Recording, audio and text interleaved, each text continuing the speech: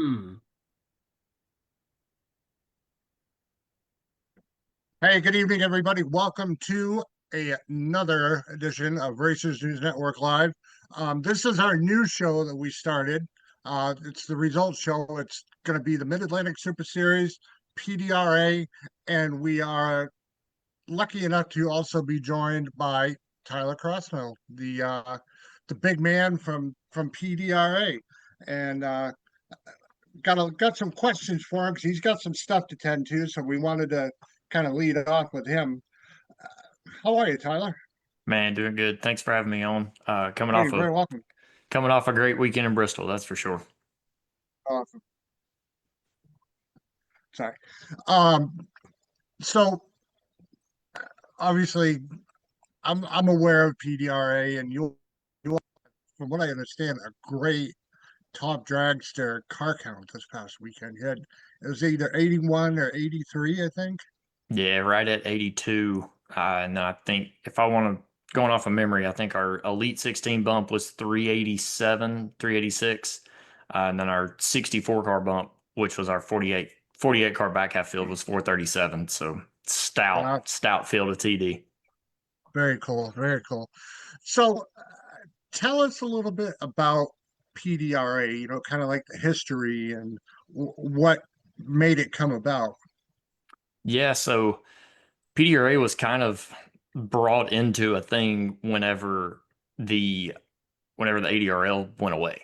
It was Gotcha. a group of four racers that came together and said, "Hey, look, we kind of still want to have a place to go race. So what can we do to make that happen?" And Jason Scruggs, Gene Hector, Roger Henson, and Tommy Franklin were the four that came to the table and all kind of went in 25% partners, and that's kind of how it started. Bob Harris was the first series director, and Bob with a storied history at Piedmont Dragway and Big Dog Series and all that. Perfect guy, in my opinion, to be at the helm of that. That started in, and partners kind of fell off a little bit after a little while. Then it was just Jason and Tommy, and then after a little while, Jason was ready to kind of move on and do other things, and Tommy wasn't ready to give it up. So Tommy and Judy Franklin are the owners of the facility now, or of the series now, and been going since 2014. I moved in 2018 to do just track prep and some other event stuff, and then in 2019 took over as series director. So been been at it ever since, and really it kind of fell into a spot where it just kind of created itself.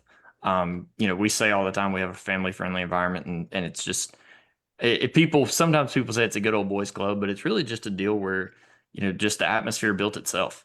It kind of became a deal where mom or dad was racing in either a pro class or top sportsman, top dragster, and they had a junior, and the junior came in the trailer as well, and it really just kind of built that family environment around it organically. It wasn't something that was wrote down on a piece of paper and set out to be that's going to be it. It just kind of created itself. Really, really fun deal, really neat deal to be around. We just spoke on the top dragster car count from this past weekend. Top sportsman, I want to say was 61, 62, somewhere around in that range as well. Wow. Not as fast of a field, which I'm sure many of them were happy about. There was a lot of people on the TD side that were like, "This is insane. This is one of the fastest fields ever," and we're in Bristol, Tennessee, and elevation and all that. So really, it's a great series to be around. We have so many good people involved, whether it's staff, media, ownership, tracks. Just coming off of Bristol. I mean, it's Bristol. You can't if you've been there, you know what we're talking about. If you haven't, I strongly urge you to put it on a list of racetracks that you go visit at some point in your life. That place is unique in itself. You'll there's only certain things that happen at a racetrack at Bristol, and that's one of them. That there's just places that are special, and that's one of the ones that's on that short list. But we have a lot of great track partners, a lot of great media outlets, a lot of great people that are involved in the racers involved as well. So it's a special place to go race, but at the same time, it's ultra competitive. And when you win at the PDRA, it really truly means something. Very cool. Now, I know a few top sportsmen, top dragster people up. I'm in New Hampshire. Up here And we hear so much about, about PDRA, not only, the racing, but how you're treated, how the racing is, how the event is run as well. And I've never honestly heard a bad word about your series. And that means a lot. We put a lot of emphasis on structure, on sticking to a schedule. Poor Steve has to deal with me at all times, going, "Hey man, we're 2 minutes behind. Can you find me 2 minutes?" And we're literally talking in minutes in race control about trying to stay on that schedule because it is important. We all talk about going to the racetrack and wanting to go race, and yes, that's our number one thing for going to pull through the gates. But at the same time, the hanging out with your buddies, going out to dinner, just kicking back, eat, whether it's cracking a cold one or sitting around the grill or watching TV or whatever it may be. The atmosphere and the relationship side of it is just as fun as the racing side at most times. And I don't get to race as much as I used to, but I've said here lately that if I can't go race with my buddies, I'll just leave it at the shop and I'll go do something else on the weekend or something like that. Just because to me, it's gotten to be to where the racing side of it just isn't as fun if you just go by yourself. But I enjoy going, hanging out with my buddies, hanging out with my friends. And we get to do that at PDRA. And it doesn't matter what class it is. It doesn't matter if you're a junior dragster parent or a top dragster racer or a pro boost racer. You can see all of those people hanging out together at one of our races. And that's what makes it so much fun. Cool. Now, when the series first started, how many tracks were you guys visiting? So when I came into play, it was 8 events. Before me, there were years where they were racing 10, 12 events a year, going as far west as I want to say Texas Motorplex, Tulsa, somewhere around in there. By the time I got into the fold, we were somewhere around the Ohio region and all of that area. So really one of those deals to where it's kind of moved and ducked and jived as to what the racer count looks like. There's times to where, hey, we need to move on the map because of who's really supporting our series and where it goes and where the strong markets are. And really it's just kind of found a good home on the East Coast. We do make some trips out kind of farther to the Midwest a little bit every now and then. Sometimes up in Ohio, sometimes we've been as up to Michigan at 131. I've been to Beach Bend Motorsports Park, been to Bristol, all of that kind of area. So we have moments where we want it, where we just say, "Hey, let's expand, let's go." Then we had years like during COVID where we had to back up and really, really pull back. This past year, with the IHRA deal coming into play, they were really, really strong in the Ohio, Michigan market. So we kind of left that market. Really wasn't by choice or wasn't by what we really wanted to do, but looking at where the racers were talking of where they were going to go and what they wanted to see on their schedule, that's kind of what showed strength for us. And we kind of made that decision. Now, looking forward to 2027, I'm sure that looks a little bit different moving forward, and we look forward to expanding a little bit back like we used to be, and kind of stretching the schedule out just a little bit more. Go north, young man. Go north. Come up my way. Hey, I have done a little bit of road tripping this summer, so I'll leave it at that. That's what I want to hear. So now you have, he's on my bottom left. You have Steve with you. Yep. What's it like bringing him on board? So I've been in I'm going to say in another life. It was only like six You're like, months well, ago. I I'm going to start there, but I met Steve whenever I was the general manager at Virginia Motorsports Park when Tommy owned that as well. Steve and I worked together on a lot of the NHRA events. I always enjoyed working with Steve. Had a really good relationship, friendship outside of just the events ourselves. When Steve decided to make his life change, I was probably the first one that was a, "Hey, congrats, proud of you," and then it was, "Hey, by the way, if you want to if you want to stay in racing, let me know." So I was kind of a well liked but a well hated person in the Rhodes household for a little bit. But I will say it's been great to have Steve on board of our team. We have a really deep staff, and I say this too. Sometimes it's my worst thing is I bring in a lot of people that are really good at what they do, and sometimes people say, man, I feel like I'm not doing enough, or I feel like I'm not checking enough boxes. Really, sometimes you don't need them to. I need you to be good at what you're good at, and that's something that having Steve on board really brings another step up in our safety side, as well as where he's been this season with me in the tower being my race director. Um, you know, a lot of times he'll look at me and go, "Hey, man, you need to go do something else. Like you're behind schedule." So whenever I have somebody that's looking over my shoulder as well, keeping me straight, as well as the event that's going on, it's been nothing but positive, and I hope I hope he says the same, and I hope he wants to come back next year because I'm planning on it. Cool. Now, um, talk a little bit about your classes because you have some kind of unique classes, and I mean, it's a great variety. It really is. We do. Right now we're at 5 pro classes. Our basically pro mod is split between two, which is pro nitrous only cars, and then pro boost, which are all the boosted entries. Then we have pro street, which is a 10 a base. Oh, That class has taken over as one of the favorites, not only for the staff and the racers, but also for the fans. Then we have Pro 632 and Super Street. 632 kind of names itself, maxed out at 632 cubic inches, a single kit of nitrous. And then Super Street is kind of a baby Pro Street, but they're on a 28-10-5 non-W slick, kind of like a X275 Ultra Street morph from the radial world, but they're on a slick. And then we have our top sportsman, top dragster fields, where this is kind of a unique deal for PDRA, which is a lot of people love the format. A lot of people don't know the background of the format. Um, we have the Elite 16 field, which after qualifying, the quickest 16 cars go into Elite top sportsman, Elite top dragster. Something that's kind of more of a racer thing than it is a series thing. The you know the There's only one tech card, so there's only one entry fee, but the series pays out 2 full payouts off of one class. So top sportsman, you come in and buy a top sportsman tech card, but you could end up in elite, you could end up in regular, but series pays 2 completely separate purses without charging the racer anything extra to do that. So our quickest 16 at every race in top sportsman and top dragster goes into elite.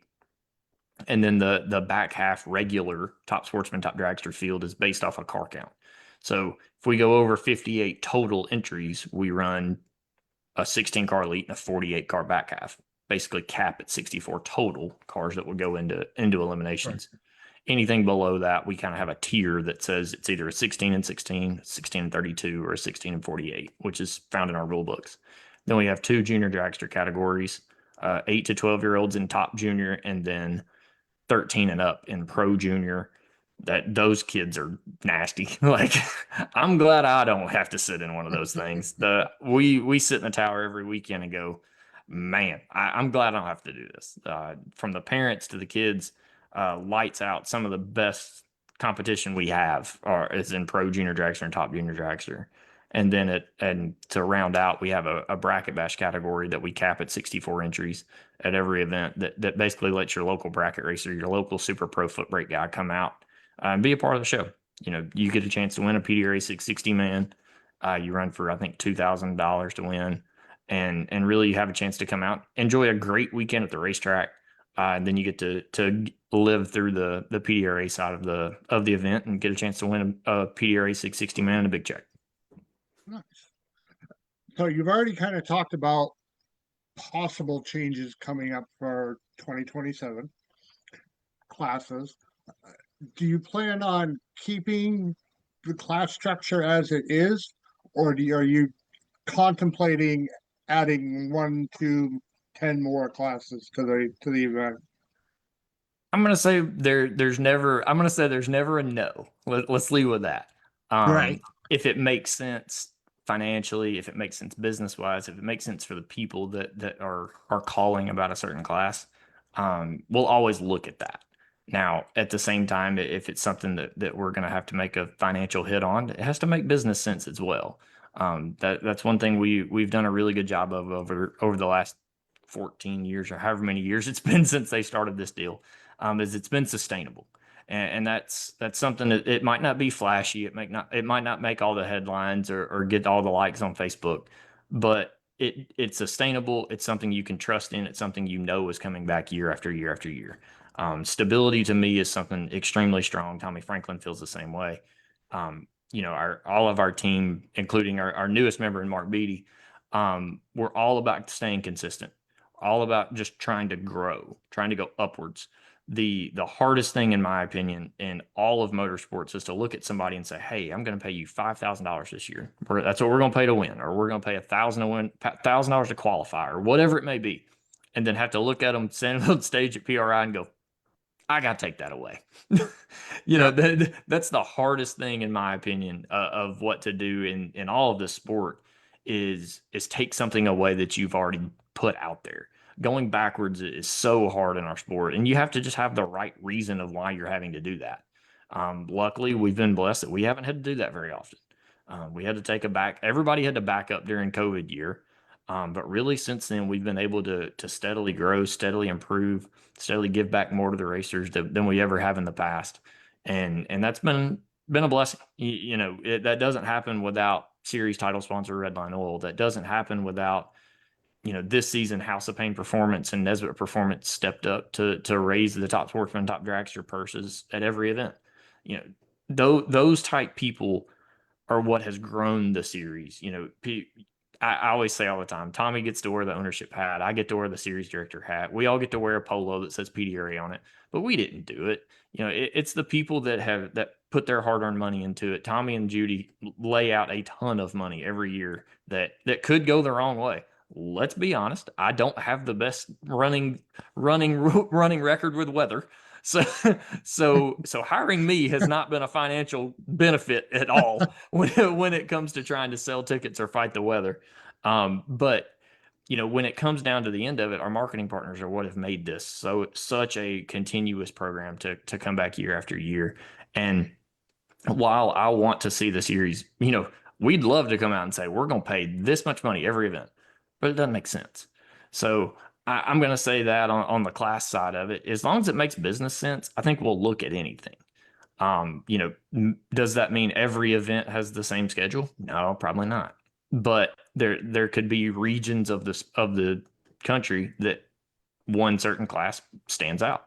It could be an exhibition They have a style deal. strong car count of whatever it may be, and Correct. yeah. Correct. So I could say that there could be races next year that look different just because of where they are on the map. Instead of saying, "Hey, we're going to sign up for a complete year and chase a championship and pay a championship purse," maybe that's a 1 to 2 race exhibition class for a year or something like that, just to see how it fits and how it grows. Very cool.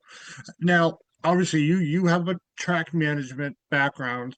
What was it like bringing that into series management? Difficult. Difficult. I'm going to say even harder this year. Yeah. And I think and that's more of a personal thing. Coming into a series with a track management background, being around track prep, traveling the country, traveling the world, doing track prep for years before I moved to Virginia. Coming into it for a series, it's actually great. You're able to come in and the kind of the secrets, the nooks and crannies, the things that a regular promoter may look over. Those things we have on a checklist that we go over every event, whether it's cleaning timing system, check and roll out, making sure the trash is going to be scheduled to pick up, making sure you have a pump truck for the RVs in the pits, anything that it may be. Those little details sometimes aren't as in the forefront from just a regular promoter standpoint. So I will say it's a curse, but a blessing at the same time. This season, kind of giving up the racetrack and just doing PDRA, I will say the satisfaction has been different. On a racetrack background, if you get a rain out, hey, it's fine. Swing the bat. We'll get it again in about 4 days. When you have a rain out with a series, it's like, you got a month. Think about it. Don't screw it up again. So your windows of opportunity, your windows of finding a win, so to speak, a lot farther apart. So it's a benefit at the same time. When you're at the events, I think there's nothing better than having all the knowledge that you can in one place, ready to do what you need to do. But at the same time, from a personal standpoint, It's the wins are few and farther between, and the chances to recover from a loss are farther apart as well. So it gets difficult at times. Gotcha. Rob, would you like to jump in at all? I know you guys talk a lot anyways, but Well, me and Steve talked. Tyler and me, I think we've exchanged a couple emails back and forth somewhere along the way, and just um, stuff. I mean, we're friends on Facebook and stuff, but I just know how busy of a busy he is. So last thing he wants to do is anything with things. I mean, I laugh a lot. Like he just mentioned about the rain thing. There was a picture that circulated online that was him, Matt Hagan, and Fletcher Cox standing underneath the Tower of Bristol, and somebody messaged on the bottom there and it said, so he said something about like I need to hit the gym or something like that, and somebody mentioned on the bottom, he goes, well, the one thing that they can't bring is the rain, and mentioned about Tyler, how he brings the rain everywhere. So, but yeah, I guess one question, and we talked, Krista bringing up about 2027 is that is there been any thought like on allowing like drops in your classes, like just in case somebody can't make it, that you're not counting all the races that are out there. I will say it's been talked about. That's a hard one for me. I'll be honest. But and the reason why that I struggle with it, I've heard it for years from racers of, man, I wish we had a drop so I wouldn't have to drive. And I'm like, well, that's part of a traveling series, bud. Like, so for me, I see that of a drop as everybody's going to look at it and go, all right, which one's the farthest from my driveway? All right, I'm dropping that one. Done. So sometimes that gets difficult, especially from a series side of trying to stay financially stable. If you need as many cars in a property as you can, you don't want to wave a flag and says, hey, don't make the haul or don't make this trip because it's far for you or something like that. But it's also hard because there are emergencies that happen. There are things that happen that you just can't help with. This past weekend, Mike Achenbach had a bad crash in testing, and really, if there was a drop, he could have used that. I know he has an old car sitting at home. I do believe, I don't think he sold it yet. So if there was a drop, that kind of keeps him in championship contention because he never took the qualifying sheet. He never really officially made the race. So he could use it as a drop. But at the same time, it's a slippery slope, in my opinion. That there's positives and negatives to drops. And sometimes you wonder, does it help you? Does it hurt you? I would say if we ever got back to a 10, 11, 12 race series, yes, I think that comes into a very strong play, because then you have more opportunities for emergencies, or you have opportunities that a person's chasing multiple series championships or whatever it may be. So I would say if the races went way up, I would say that conversation becomes a really strong piece, because at that point you have more of a chance to miss. The more that we stay one a month or something like that, I kind of would stay away from it just because you want to support at every event. Gotcha. Oh yeah, I mean my series, when we allow, I think and ours is a 10 race series or so. We do 5 weekends. And we happen to be at Cecil County this weekend when you guys are down in Bristol. So we do have Top Sports and Top Dragster. So we did lose some guys who went down to Bristol, and ran your stuff. I mean, you guys had a killer payout, I think, in both those classes. I think it was a $7,500 to win in elite and $5 to win in the regular deal. So, some of my guys did go down there and race that stuff. I mean, I think my points leader in Top Dragster was at Bristol, and I think he was probably watching the radar, hoping that we were going to get rained out. So, but he still got the points lead, so he's still good. So, but yeah, I mean, we allow, X amount of drops too. So, especially where we're based at and where we started at. And then now, like, we go to like Mason-Dixon, everybody's just like, oh my God, I don't want to drive 200 miles to go to Mason-Dixon. It's just like, it's not that far of a drive, but like, exactly. If I said like, hey, tomorrow we're going to have a race at Virginia, Virginia Motorsports Park, everybody just like, okay, I'll make that one,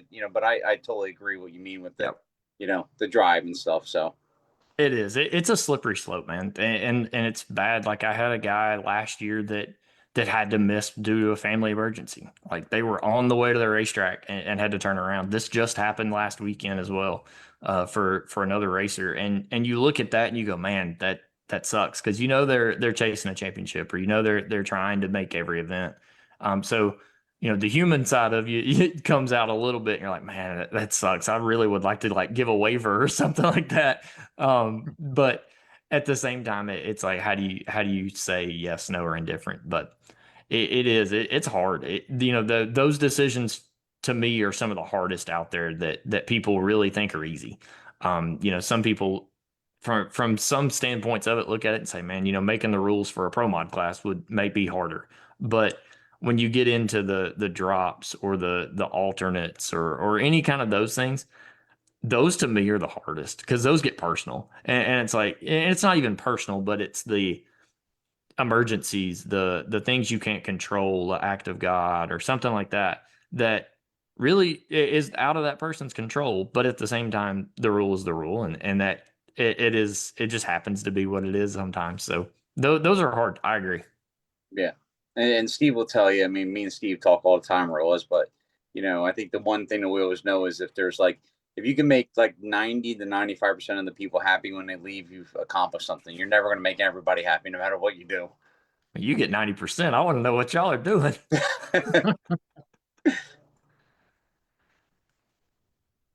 All right, Steve, you have any questions for your boss? No, I think we spent enough time with each other this past week. I So- will say, and Oh. it's funny. I joke on the 90% deal. Coming out of Bristol, we came out of Maryland. We were off for 5 or 6 weeks. You know, that's a long time to be away from a series standpoint. You know, you kind of sit back and you're like, man, that's a long time off. I have to say that I don't know if it was just because we were off for 5 or 6 weeks, or just because it was just a really good event and everybody was but everybody was upbeat, everybody was happy, everybody was excited to be at the racetrack. And then leaving, everybody's been great. So, I mean, you need one of those good events during the summer to kind of rejuvenate everybody that's within the series. And for us, I really think that was Bristol this year. Well, I think also, and I mean, just to touch on that real quick, is I think everybody's seen the landscape of drag racing over the past 2 months or so. I mean, especially with, not beating a dead horse here, but the IHRA thing, and I think people kind of realize that, one day you could be racing a race and the next day you wake up and the whole entire series is gone. And I think people, for the most part, most people are more appreciative now that, hey, you know what? These guys are giving everybody a good place to race. They're giving everybody a good payout. They're volunteering their time to put a series together and give us a place to race, and that we should be appreciative of it. Stuff. So, it was sad to see what happened with IHRA, but as long as somebody's there to kind of pick up the pace or pick up the pieces and give everybody an opportunity to race somewhere. And then, you guys are, the little independent series are and stuff. So plus, of course, the NHRA stuff. So. Yeah, I agree. I've had this conversation with a lot of people. It's been a very, I'm not going to say inauspicious, but it's just been very weird in the motorsports world for the last couple of months. And really, it starts on the back lines and everybody from the inside kind of hears it first, and then it gets to Facebook, and then everybody with a keyboard wants to jockey on how it goes. But it's hard. It's a hard deal all around. There's a lot of people that were building cars or built cars to go race over there. And when that went away, that's a lot of time, money, effort that kind of, I'm not gonna say went out the window, but it just changed everybody's schedule. That there's marketing partners that were involved. There was a lot of things that went on. And you feel for those people that had spent that money. Some of them able to roll over, race with us. Some of them able to roll over, race with NHRA, or any, like you said, independent series, stand-alone events, whatever it may be. People able to kind of duck and jive and still put something together. But at the same time, there's classes and racers that really don't have anywhere else right now. And that's the ones you feel bad for. We all go to work, we all have a job, we all spend money on this stuff. And the hardest thing out there for me is sitting back looking at it and you go, man, I know how much I spend on a bracket car that I go have fun with every now and then. And I feel for the people that were spending money on hard-earned parts or tuners or whatever it may be, and didn't have a chance to finish out that series this season, whether they were chasing a championship, a Triple Crown bonus deal, or just the events and enjoying going to the events and not really chasing points or anything like that. So you hope that those people can find something for the rest of the year, and then there's a lot of those classes that sit back at right now and are kind of looking at 2027 and trying to put together a calendar, whether it's doing it kind of as a group or other people, other series looking at it to step up and take over a class full time or whatever it may be. Very cool. I know you got stuff to do, so how about the sponsors of the PDRA series? Whew, I'm just gonna. All right, PDRA660.com. Click on the big button that says sponsors, because if not, I'm gonna get myself in trouble. No, A but lot of them. yes, we do. We're very thankful for so many people that reach out and want to help us, whether it's Redline Oil, our series title sponsor, Summit Racing Equipment, and Larice, our title sponsors for our Pro Stars All-Star race. That, you know, at Bristol, that those standings were concluded that that's it now. For Pro Stars, the fields are now set, and we have our All-Star race at Virginia Motorsports Park to kick off World Finals weekend in just over a month. So, you know, those are just three. There's, I want to say, probably 50 to 75 companies that are on that website page, and they're, you know, anything you ask for, it seems like these people are just all in on what's going on with everything that goes on with PDRA. There's people that have been involved since 2014. There's people that have just learned about us in the last 12 months that are in for their first year. And it takes everybody, whether it's $1,000 sponsor or a high dollar sponsor. You know, every little bit matters. Everything that we can goes back to the racer. We have number one qualifier sponsors, and that money goes straight to the racer. You know, it pays for the trophies. It pays for the Victus baseball bats. It pays for everything that we do to make these races what they are. And we've said for a long time, we want these races to be as big as they can. And they have to be sustainable and all that. And that's why, you know, those companies go above and beyond, whether it's more money to the racer, whether it's free ice cream, free donuts. Larice does donuts and coffee every Friday morning. It is great. At least I'm told. Steve loves it. I haven't got to go to one yet, but I'm also probably cuddling a pillow a little bit longer than I should. Let's just be honest here. So, Well, but yeah, it's a great deal, and thank you to everybody that you know, whether it's Flow Racing with the live streams, whether it's a marketing partner, whatever it may be, everybody that's a part of this deal, thank you for what you do for us. very cool. And you're lucky enough that you have a really cool weekend to have your awards banquet too at PRI at Indy.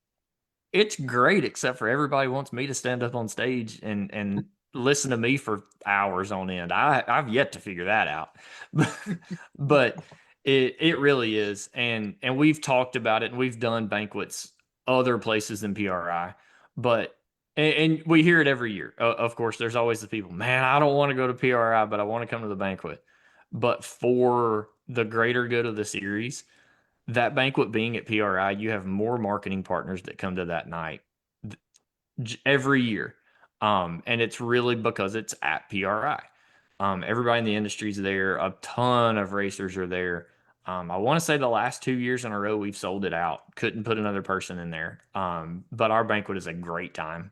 I keep saying every year I'm going to like remodel the way that we do the classes, because we start every year with our junior classes, and those kids absolutely smoke it on a speech, and all the adults just have to look at it and go, man, I suck. Like we can't follow up these kids, but it's a fun night. We work with a lot of different media people, Corey Mahalik being the main one, with React 104, and him and I and Judy Franklin and Gary Rowe and a bunch, Tara Bowker. I mean, there's so many people that help and just give content to that night. And it's really only to make our champions and everybody that finished in the top 10 feel like they deserve that moment. You know, that's a special moment. It could be the only time you walk across that stage at any point in your career, and we try to make that special for everyone. Very cool. And like you said, obviously with it being PRI, a very large percentage of the manufacturers are there, and people that have heard of your series but haven't gotten involved in it may go, we need to go check this banquet out, and then walk out and go, all right, we need to get a hold of that guy Yep. on And it's Monday. happened before. I will say, I remember it's probably 3 or 4 years ago now. I ran into a friend of mine that I had dealt with at some other events in the past, and was like, "Man, you need to come to the banquet tonight." And just kind of fired it off. Really didn't think nothing about it. And he was like, "Man, I don't have plans. I'll come over and check it out." And the very next year, it was a major 3 year deal for sponsorship, and it was a night that he was impressed with, and from now, still a partner to this day. So it's special, and I enjoy it. There's so many people that get to, or that help put on these events, that never really get to come to them. There's so many people across the world really in these industries that can't attend events. They have to rely on a Flow Racing live feed or whatever it may be to go and see what's going on. Where that night at PRI, you can go and hang out and see the champions and shake hands and really put a face to a name sometimes, whether it be for the racers or for the marketing partners. Very cool. Well, Tyler, like I said, I know you got a lot of stuff to do before you fly out in the morning, but appreciate your time to come on and hang out with us. And like I said, this is going to be something I plan on continuing to do for the rest of the year and hopefully more years down the road. Awesome. Thank y'all for giving me the invite. Steve, thanks for hooking me up. I appreciate it. No problem. Look forward to being back with you guys at any time. Robert, you keep holding it down up there. Y'all are doing a great job with y'all series, and we'll try to make sure we talk before we go throwing schedules out, so that way your people That don't have to miss a sounds- race. Sounds good. All right, guys. Thank you all again for having me on. If there's anything that we can do for you all, please let me know. Anybody else that wants any information or wants to check out anything about PDRA, check us out online, PDRA660.com. If you have any questions, see Steve. All right. Tyler CROSSNOE, everybody. Thank you very much, Tyler. Appreciate it. Have a great night and a successful trip. Thank you. Appreciate it. Y'all have a good one. All right. Take care. Very cool. Steve, thank you very much. You're welcome. Thank you. You're welcome. It's been All right. been quite a learning experience for me, but a lot of fun. So Has it been, well, without getting into things, has it been a nice transition? yes. Yeah. Yeah, the atmosphere is completely different. Um, even on the racer side, there seems to be a little bit more respect for track officials and, not near as much of what was going on before. So it's kind of been refreshing. And while it's nice only doing it once a month, you do kind of like get jittery. You want to get back to the track, but it's nice to have that space in between each event. Now August is a little different because we'll be in Galat in 2 weeks. So two in August, and then we go to the World Finals, which is a really cool event. That's kind of how I got introduced to this, was doing safety last year for the World Finals. So that was the first PDRA race I was ever at in person, and I was truly amazed. So if nobody's ever checked it out, check it out on Flow, or visit the website, check out the live feeds. There is so much that goes into the media side of it for promoting. If you watch the website on a race weekend, it's just constant, constant, constant, constant. Getting the racers out there, what's going on, if there's any drama with points, and the racing is, I mean, everybody bitches about eighth mile, but I'll tell you what, some of what I've witnessed over this year is the racing is unbelievably close. It's so close that it's ultra competitive, and it's kind of cool to see some of the NHRA people migrate over to PDRA and then go back. So it's I've seen some familiar faces. I've met some new people, but it's been really cool. Tyler's awesome to work with. I I was kind of taken back when he asked me to get involved, and it's been great. So there's a good team over there. Everybody works well together, and we're hoping it grows. Very cool. All right, guys, who wants to go first with results from this past weekend? Rob obviously had the world famous Uncle Buck's race, and Steve, you guys were at Bristol with the top dragster car count. Go ahead, Rob. And my You can. cat meowing in the background. Tyler's already you know, so I mean, you know, might as well just continue with the PDRA, the roll along. So All right, Steve, take it away. Steve's not ready. No, I'm not ready. I didn't have notes up. So. Rob, take it away. All right, so of course, as Chris said, it was the 33rd annual Uncle Buck Pig Roast at Cecil County Dragway. Jim, his crew, Chad, all the you know, always a welcoming when we come in there for the event. The Don Hauser crew and the Moose Lodge of Bel Air, Maryland, put on an awesome spread for everybody every year at Cecil. I'll touch on something here and after we get through results. Saturday, we decided to go to a one-time shot and go with the schedule. Some people weren't too happy about it. Some people decided not to show up because of it. Unfortunately, a lot of people have really been pushing us to have 2-time shots and then the eliminator on Saturday. But like I said, we did go to 2. We did go down to 1-time shot on Sunday or on Saturday. Luckily we did, even though the race still didn't get completed. But we got through all the qualifiers for there. We were halfway through round number 1 on Saturday, and somebody came into the tower and says, "Hey, Rob, you know, you got your car out from the trailer. You might want to get it back in about 15, 20 minutes." And I was like, "What do you mean?" So if anybody's, you know, Steve's been in the Cecil Tower plenty of times, or was, but the way it sits, you really can't see storm clouds that are coming because the way the angle of the tower is. So I'm looking out going, "Hey, it's still sunny and, you know, blue skies." And I opened up the door to go outside and I was like, "Oh my goodness, the apocalypse is coming." Like it was dark, very dark. So you know, I would say we got done. All our juniors first round were completed. Super Street first round was completed. Super Stock was completed first round. Super Gas, I think we got about 3 pairs down the track, and all hell broke loose. Pretty much. So all hell broke loose on stuff where it was. So we sent all Super Gas back. Was hoping to maybe blow over or whatever. It never did. It downpoured, and when it came. It was about an hour's worth of just rain, and it was, I would say, about an inch, I'd say about an inch worth of rain that did come. Now, you know, we had some people that were a little upset that, you know, because of course, you know, the minute the rain, you know, was over with, the sun came out, started drying the track and stuff. But, you know, Steve will attest, you know, there's a lot of work that goes into it. You just can't, you know, slap glue down on a racetrack and go back to racing because it stopped raining. You know, you got to scrape the track. You got to do, you know, things. You got to hope that there's no, you know, standing water or a weeper or anything along the racetrack. So me, Jim, and Chad kind of sat there. We kind of game planned, you know, what our plan should be.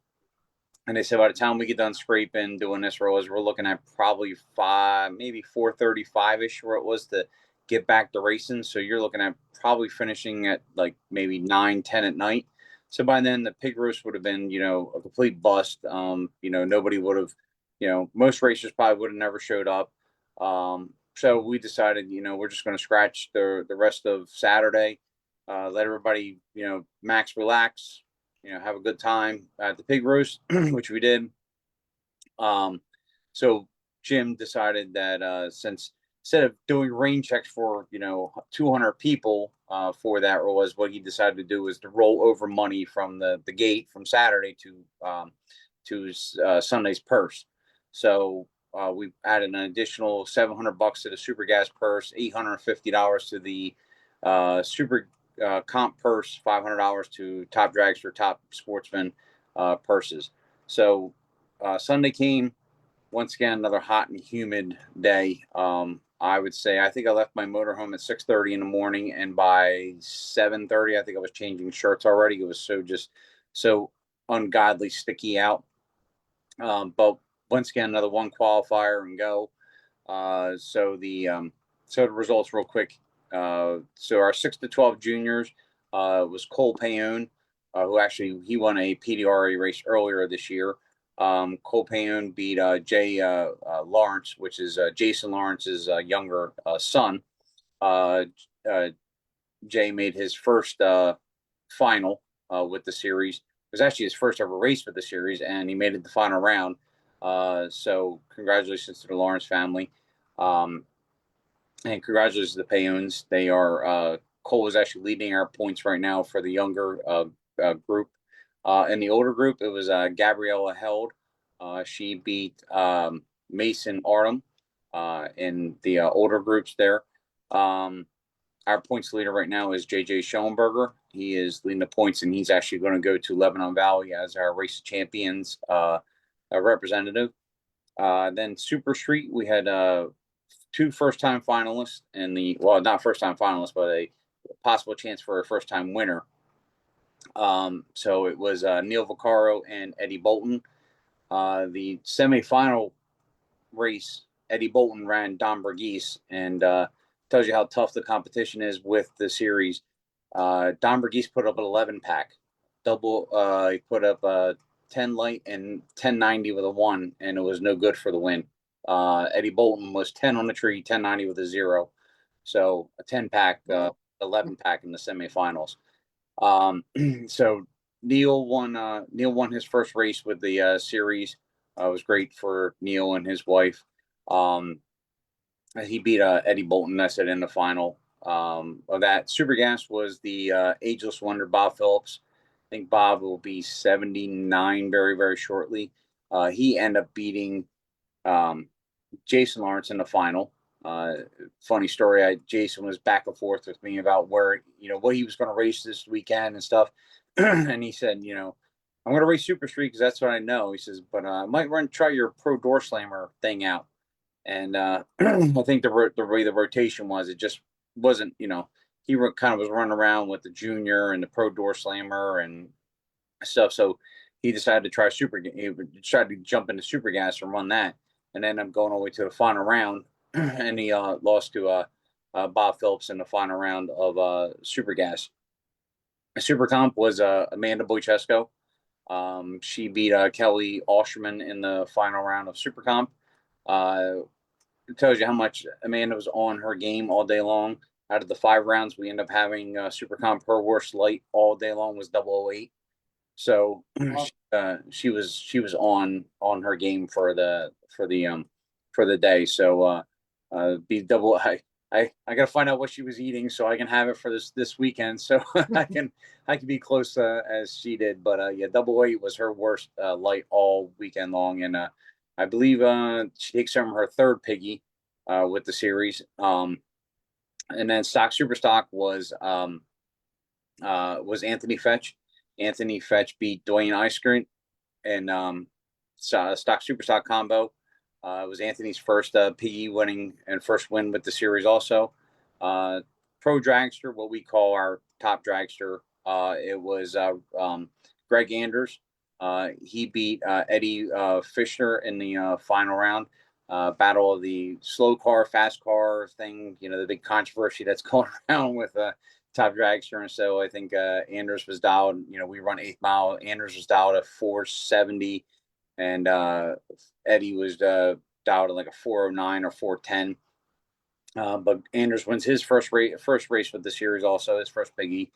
Pro Door Slammer, which is our top sportsman, it was John Richmond III. That was our champion from last year. And I believe this is his 2nd win so far this year for John. He beat our number 1 qualifier, Scotty McCracken Jr. in the final. Once again, another slow car, fast car type thing.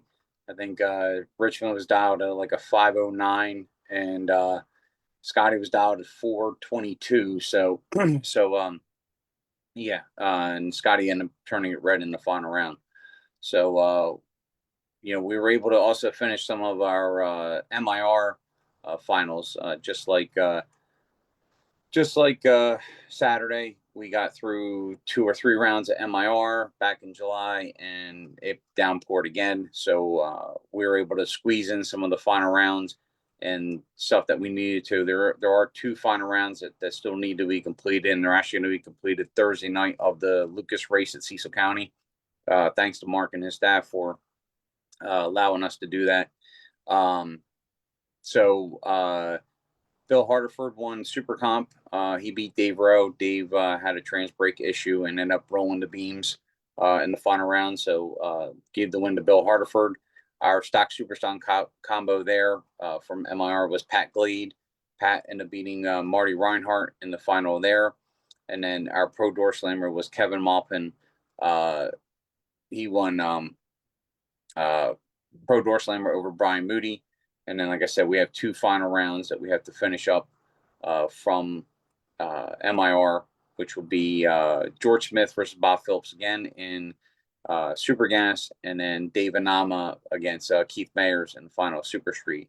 So if Bob's able to win the Thursday night shootout win there, it'll be 3 in a row for him. So we'll see. He kind of had a stranglehold on the points lead in Super Gas. So. But overall, it was another great weekend with the Uncle Buck Pig Roast. Our 33rd year. We had about a total of 360 cars over the 2 days, including 3 top alcohol funny cars.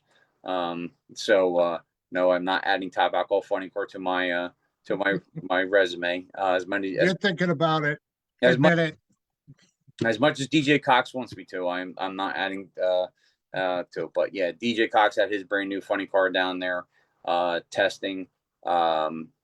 Wayne Morris was down there also, and then Sean Bellemere had their brand new Bartone Racing funny car down there also. And tells you how much balls that Sean Bellemere has. I'm pulling into the gate on Friday night, and just like Saturday, the skies are black. We know a storm's coming. It's pretty much raining on my windshield in my Jeep, and I see Bellemere in the water box. The car's just sitting there, and I was like, "There's no way in the world they're going to try to race this thing." I said, "No way." Next thing I know, they light it up. He does the burnout, comes back where it was, and goes down and blisters down to 551 at like 265 miles an hour, and not even like a minute later, it just downpoured. So it was we're all kind of just sitting here like, holy, yeah, I can't believe it even went down. But hey, that's some balls right there. So but yeah, when it comes down to the pig roast, we're looking for some possible different options for next year. The heat and humidity in August is just it's very unbearable. People were complaining of how hot and humid it was just walking around. I can't imagine standing by a smoker or a fryer or working all day long like the Donhauser family did all day long and the Moose crew. So we're trying to figure out a way to either we can move into a different month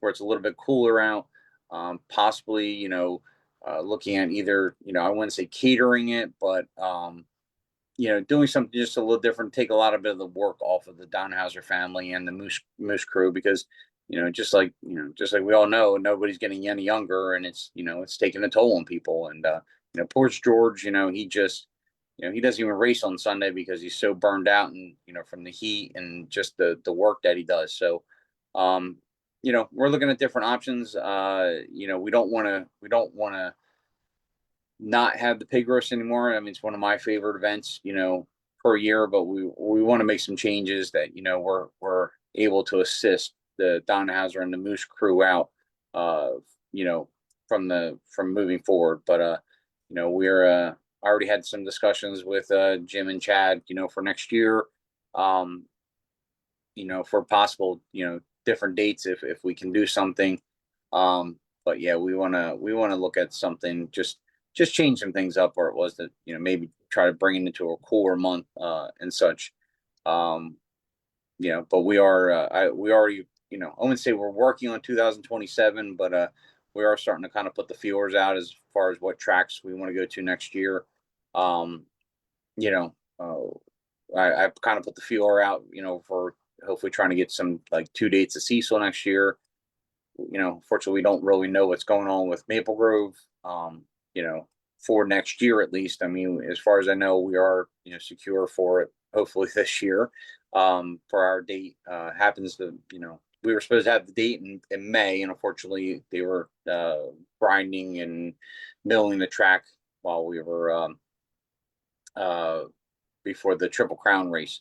So we end up getting pushed to the September date, which happens to fall on the same date as the PDRA World Finals. So kind of stinks, but yeah, it is what it is. But yeah, I mean, we're going to be also cutting back to 4 weekends, 8 races next year. We're just going to chop a weekend off. It's just between the NHRA schedule, PDRA schedule, and our schedule and stuff, and then trying to schedule on top of other events that are going on. It's quite tough. So we can cut back at least 1 weekend off of the schedule. Hopefully that will maybe increase our car counts at least a little bit. So okay, now Very cool.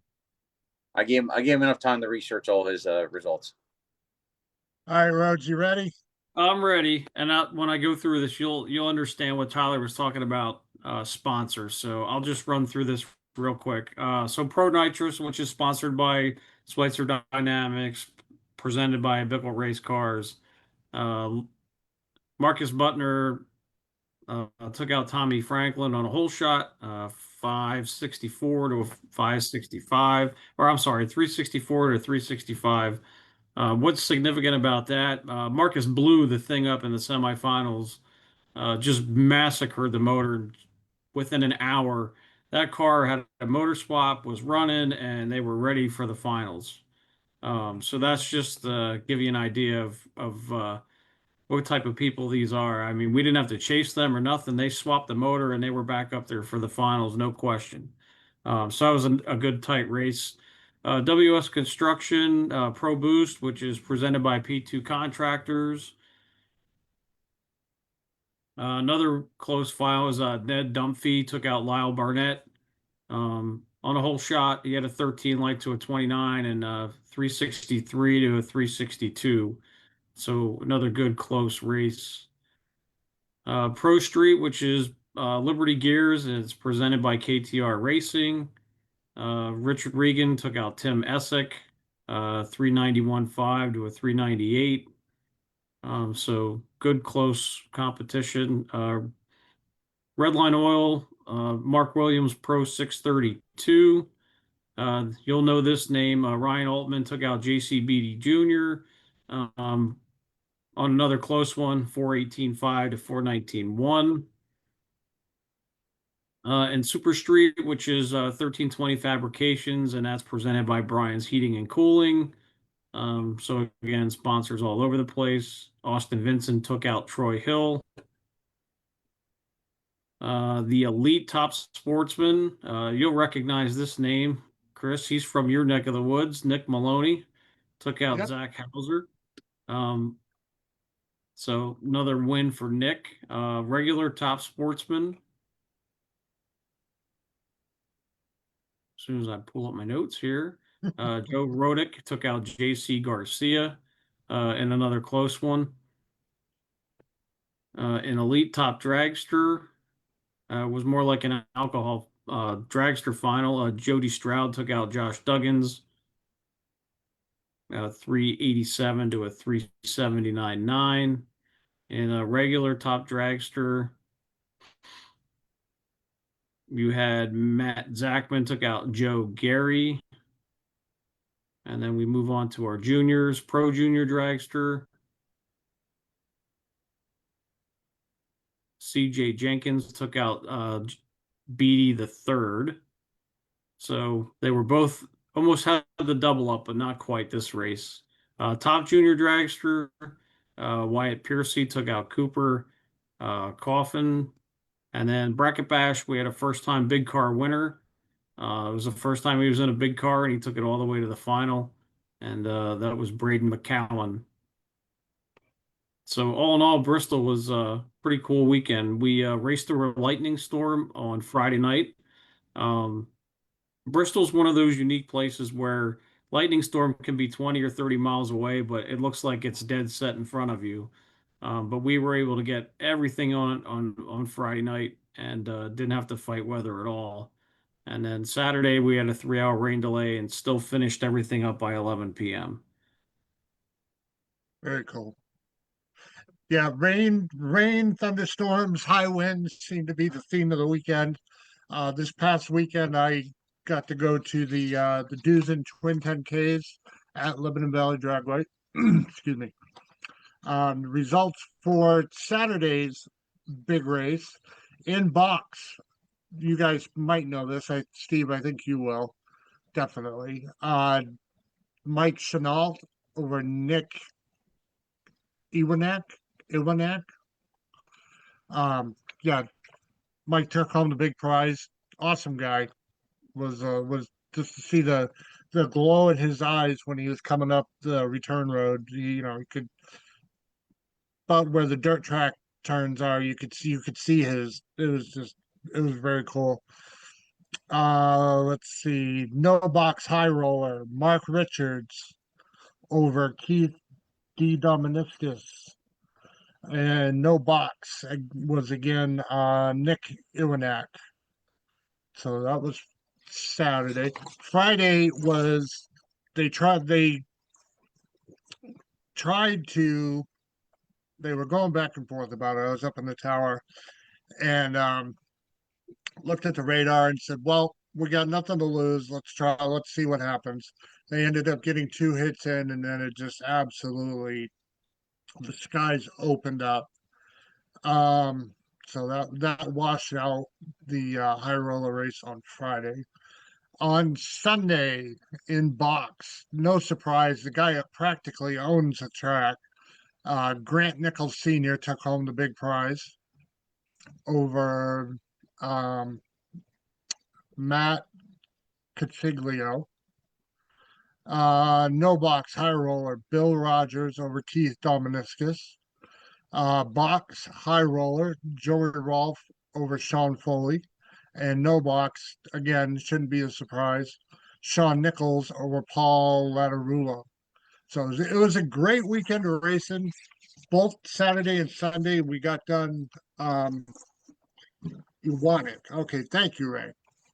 I'm getting spelling lessons sent to me.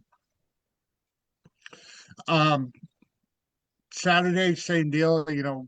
In the winner's circle, taking pictures, and about the last picture I took, down it came. So, but fly back to the tower to retreat out of the rain. Sunday was a little cloudy in the morning. The pot looked like it might do a quick shower, but then all of a sudden it cleared off, blue skies, and then a little while later, about a I don't know 5-10 mile an hour breeze, and it was a beautiful day for racing. So the Duzen Twin 10Ks again was a success, and got to meet your broadcaster, your announcer. I mean, Ray, Mr. Thurston, Ray. Hooray. Ray. No, Ray was cool. Yeah, Ray So- traded me in for the weekend and went to New York. So Yeah, I had Lee Zane, Dave Lay did super stock on Saturday, and then I was working the mic when Lee wasn't racing Super Street and breaking in Ray's brand new official shirts.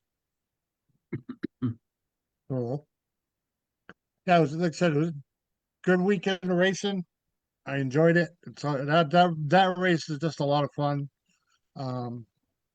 So that pretty much covers this past weekend, gentlemen. I want to thank you for your time, and thank obviously Tyler CROSSNOE for coming on and talking about this PDRA series. And thank you guys for doing the results, and we'll be back doing it again. Sounds good. And don't forget, it's get your guests in time for the double event at Cecil this weekend. You have the divisional, you have the sport nationals as well. We're going to combine them again. So please get your guesses in before midnight on Thursday. So presented by, I'm having a moment, pardon me. Yeah, see, he doesn't have his notes. See, Rob? I don't have my notes either. I'm stupid. That's okay. You know, Tyler was a tough draw to follow behind. So I mean, he's very professional when he's talking. So, you know, it's like, it's like professional, and then you hand it over to Three Stooges. Yeah. Yeah, we got Mo, Larry, Curly. Curly. Yeah. So, but yeah, the guessing game presented by Mad Chemist Car Care. Please get your guesses in by midnight Thursday night. Anything after midnight will be thrown out. And if you have any questions about it, how it works, just please message me. Gentlemen, have a fun evening. Yeah, you too. Yep. I'll see most people at Cecil this weekend. I won't see you, Steve. I'm sorry. But, Oh, I wouldn't be too sure about that. hey, I gave you a big hug. I gave you a big hug this weekend. So You never know when you're going to see me. I'm still waiting for Steve to come be my pancake flipper. But Yeah, we got to make pancakes. I know. Yeah. But now because Say, that's only a couple-hour drive for you, isn't it, Steve? 45 minutes. To Cecil? Yep, 45 minutes. what's Get like your ass down there. 10 to Maple Grove? I'm hoping to be there. No, no, Maple Grove. My Maple Oh, Grove. Maple Grove, 10 minutes. Okay. Yeah. Maple Grove you won't be because that's on top of PDRA. Yeah. You got to stop doing that. Well, That one was out of your control. that was out of Oh, that one. But hopefully, with some connections with you now and Tyler, that maybe I'll get my sneak peek at the schedule so I can kind of work around it next year. sure. Steve was Steve will hook you up. he was always my hookup for NHRA, so it was always like, Oh, there's always my hookup for car counts. Now I gotta actually try and figure it out on my own. Good luck. I know. I figured that one out already. So, all right, gentlemen, thank you very much for coming on and hanging out. And like I said, we'll see you all in a couple weeks and about a month. yep, sounds good. All right, guys. Steve Rhodes I'll see from I'll see you this PDRA, weekend, Rob. All right, stop by. Rob Keister from Mid-Atlantic Super Series, and again, Tyler CROSSNOE from PDRA was our guest tonight. I will have the rest of the winners for next week. I was waiting for those to be sent to me. They didn't quite make it for all the special prizes. The fastest, the last woman standing, best appearing car show, everything in the show, and everything else. I will have that for next week. And I hope everybody has a great night. If you are running at Cecil this weekend, good luck, stay hydrated, and drive safely.